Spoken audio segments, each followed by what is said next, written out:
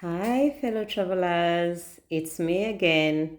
And today, what I bring to the table for our reflection, yours and mine, because these things I talk to you about what I've realized or I've come aware of. When does enough become enough in all areas of our life?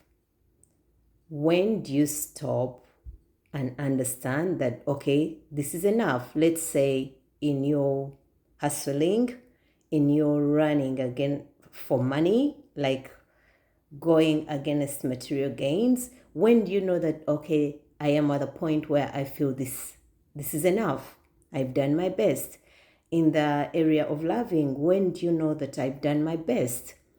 At one point, I was telling somebody that, oh, I'm doing my best and it's my best. And somebody felt actually very undermined and felt that I was putting myself on a pedestal because I said I've done my best. So when do you know that this is me? I've brought my all and this is the best I can do. Bring it back tomorrow, I'll do the same thing.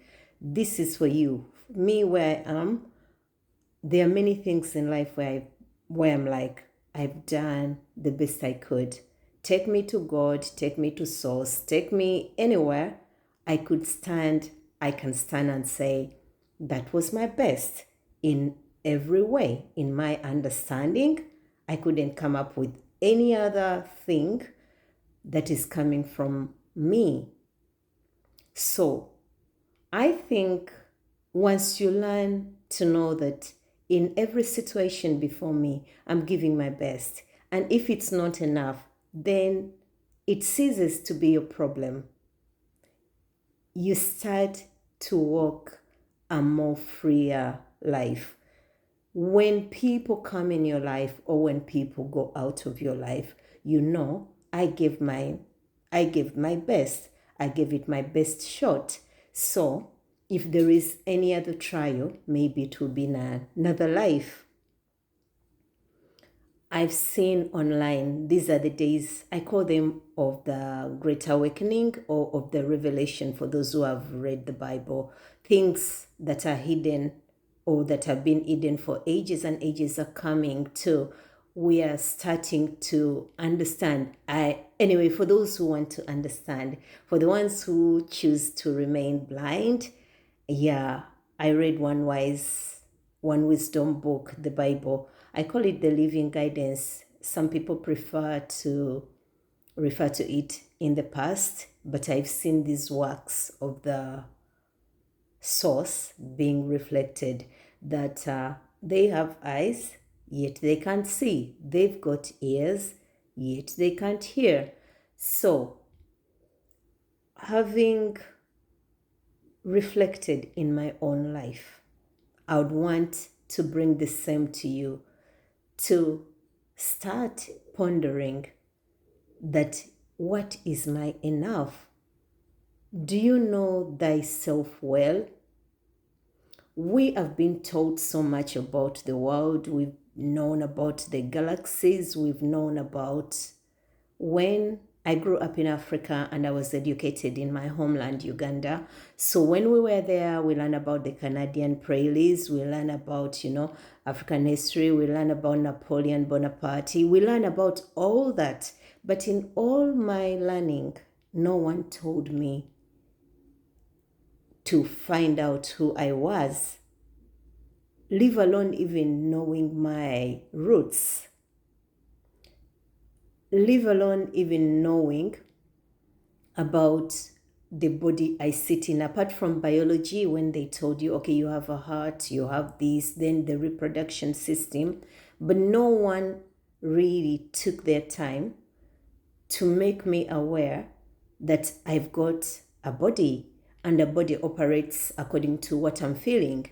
I've got these things called emotion. They come up, then they go. Then no one told me that my own mind can work against me.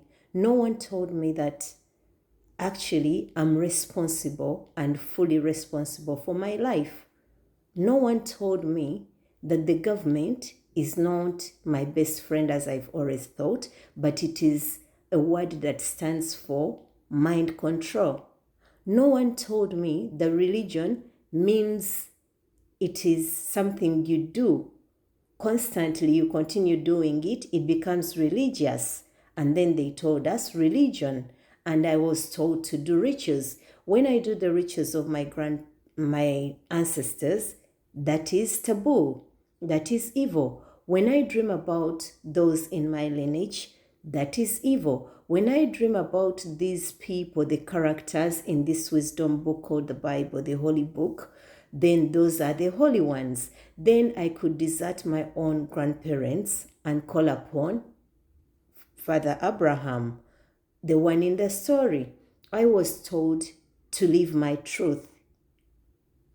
And the man and the story told about in the Bible, his generations, his ancestors are well aligned. We don't see anyone from Egypt being put in there. But then, as for me, no one told me to trust in myself. So, by me learning to trust in other people's stories, other people's ideas, I deserted me.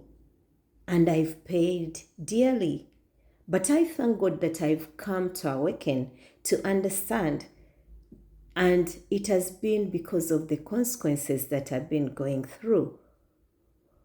What are you going through that is not actually your own story?